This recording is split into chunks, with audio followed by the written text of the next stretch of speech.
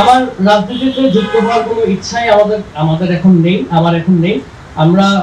আমি উচ্চশিক্ষার জন্য, আপনারা জানেন আমার পড়ালেখা এখনো বাকি আছে, পড়ালেখার জন্য আমি আপাতত সিইও, যেহেতু অনেক কাজ করতে হয়, সিইও থেকে আমি পদত্যাগ গ্রহণ করছি। আমি পরবর্তী এবং গভর্নিং বডিতে দায়িত্ব গ্রহণ করেছি।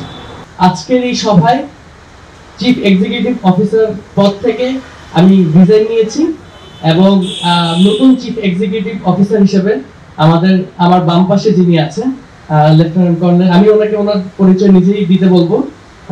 আপনি তো আপনার পরিচয়টা দিবেন।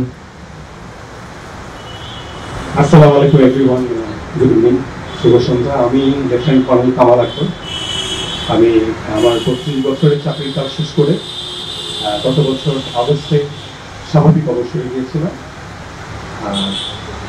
এই বিপ্লবের সময় আমি একটা কলেজের অধ্যক্ষ হিসেবে কাজ করেছি।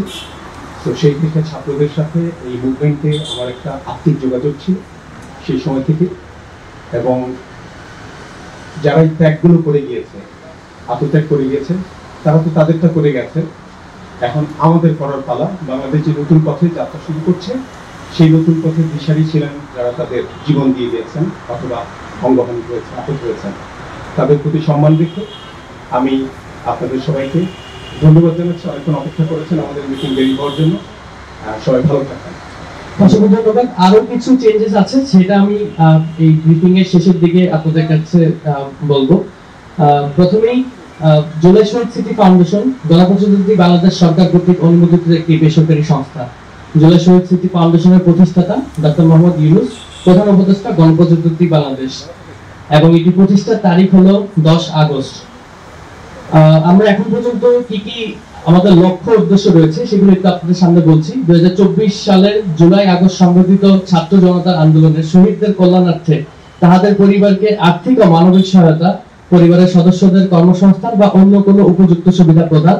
2024 সালের জুলাই আগস্টে সংগঠিত ছাত্র জনতার আন্দোলনে আহত বা পঙ্গুত্ব বরণকারী ব্যক্তিগণের ওষুধপত্র সহ প্রয়োজনীয় চিকিৎসা সেবা প্রদান, কর্মসংস্থান, আর্থিক ও মানবিক সহায়তা প্রদান বা অন্য কোনো উপযুক্ত সুবিধা প্রদান।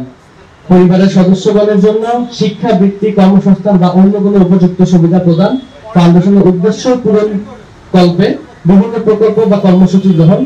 যে কোনো ব্যক্তি বা দেশি বা বিদেশি প্রতিষ্ঠানের সাথে চুক্তি সম্পাদন। ফাউন্ডেশনের উদ্দেশ্যের সাথে সামঞ্জস্যপূর্ণ যে কোনো ব্যবস্থা গ্রহণ। আমি এই কাগজটা আপনাদের কাছেও দিয়ে দিব যাতে আপনাদের জন্য সুবিধা হয়। আমাদের গভর্নিং বডির সদস্য সংখ্যা সর্বমোট 6 জন।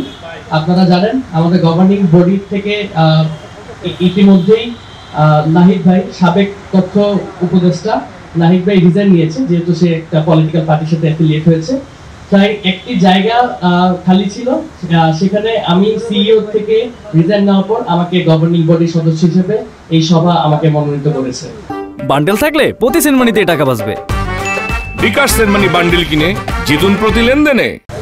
এপ্রিল 2025 তারিখ পর্যন্ত জুলাই শহীদ স্মৃতি ফাউন্ডেশনের গৃহীত কার্যক্রমগুলো আমরা এখন পর্যন্ত জুলাই শহীদ স্মৃতি ফাউন্ডেশনের অনুকূলে আর্থিক অনুদান প্রদানের জন্য ভ্যাট ও ট্যাক্স মওকুফ পেয়েছি। অর্থাৎ যারাই জুলাই শহীদ স্মৃতি ফাউন্ডেশনে ডোনেশন করবে বা আর্থিক অনুদান দিবে, তাতে সেই টাকার উপর কোনো রকম ভ্যাট ট্যাক্স হবে না, সেটি মওকুফ হবে।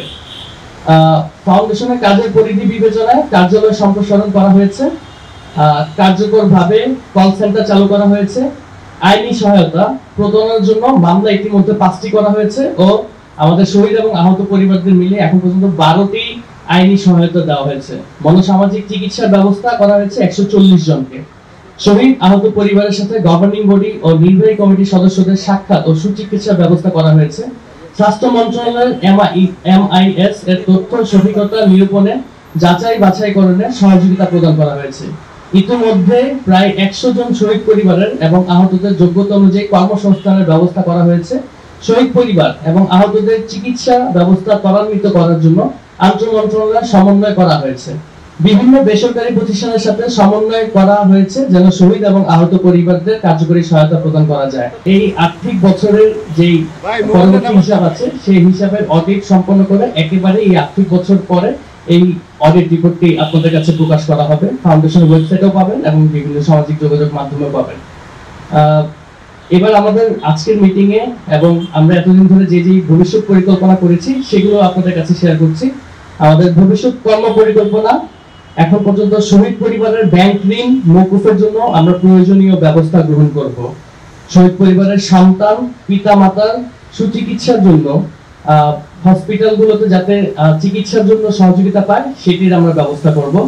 শহীদ ও আহতদের পরিবারের সদস্যদের পুনর্বাসনের জন্য সরকারি বেসরকারি বিভিন্ন প্রতিষ্ঠানের সাথে যোগাযোগ করে তাদের ফ্ল্যাট নির্মাণের ব্যবস্থা গ্রহণ করা হবে। অর্থাৎ শহীদ পরিবারদের জন্য ফ্ল্যাট নির্মাণ করার জন্য উদ্যোগ গ্রহণ করা হবে, যাতে তারা পুনর্বাসনের জন্য একটি স্থায়ী ঠিকানা পায়।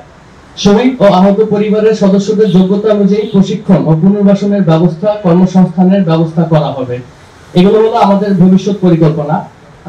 আমি নতুন সিইওর কাছে দায়িত্ব হস্তান্তর করার আগে পুরো কমিটিকে পরিচয় করিয়ে দিয়ে দিতে চাই।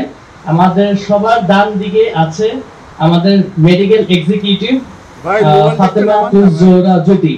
আপনারা জানেন আগে এই দায়িত্বে ছিল ডক্টর তাসনিম জারা, তিনি যেহেতু রিজাইন নিয়েছে তার পরিবর্তে এখন উনি দায়িত্ব পালন করবে। তারপরে আছে আমাদের সাবরিনা আফরোজ সেবন্তী, তিনি আমাদের নির্বাহী কমিটির সদস্য। আর আমার ডানে যিনি আছেন তার নাম হলো শামসিয়ারা জামান কলি, তিনি হলো শহীদ তাহির জামান প্রিয়, সাংবাদিক শহীদ তাহির জামান প্রিয়, তার মা। তিনি আমাদের জেনারেল সেক্রেটারি হিসেবে দায়িত্ব পালন করবেন। আমাদের বাম দিকে আপনারা ইতিমধ্যে পরিচয় হয়েছেন আমাদের নতুন সিইও। তারও বাম দিকে আছেন আমাদের আহসান হাবিব, তিনি আমাদের ফাইন্যান্স সেক্রেটারি, এক্সিকিউটিভ কমিটির ফাইন্যান্স সেক্রেটারি হিসেবে দায়িত্ব পালন করবে। এবং সর্ব বাম দিকে আছে মুস্তাফিজুর রহমান, আমাদের লিগ্যাল অ্যাডভাইজার, এক্সিকিউটিভ কমিটিতে লিগ্যাল অ্যাডভাইজার হিসেবে দায়িত্ব পালন করবে। ওনার দায়িত্বে আগে আমাদের যিনি ছিল তিনিও রিজাইন নিয়েছেন, যার কারণে এখন নতুন দায়িত্ব নিয়ে এসেছে। আমি আপনাদের সামনে ফর্মালি আমার দায়িত্বটা নতুন সিইওর কাছে হ্যান্ড ওভার করতে চাই, তারপরে এই প্রেস ব্রিফিং এর সমাপ্তি নতুন সিইওর মাধ্যমে হবে। আমার রাজনীতিতে যুক্ত হওয়ার কোনো ইচ্ছাই আমাদের এখন নেই, আমি উচ্চশিক্ষার জন্য, আপনারা জানেন আমার পড়ালেখা এখনো বাকি আছে, পড়ালেখার জন্য আমি আপাতত সিইও যেহেতু অনেক কাজ করতে হয়, সিইও থেকে আমি পদত্যাগ গ্রহণ করছি। আমি পরবর্তী এবং গভর্নিং বডিতে দায়িত্ব গ্রহণ করেছি।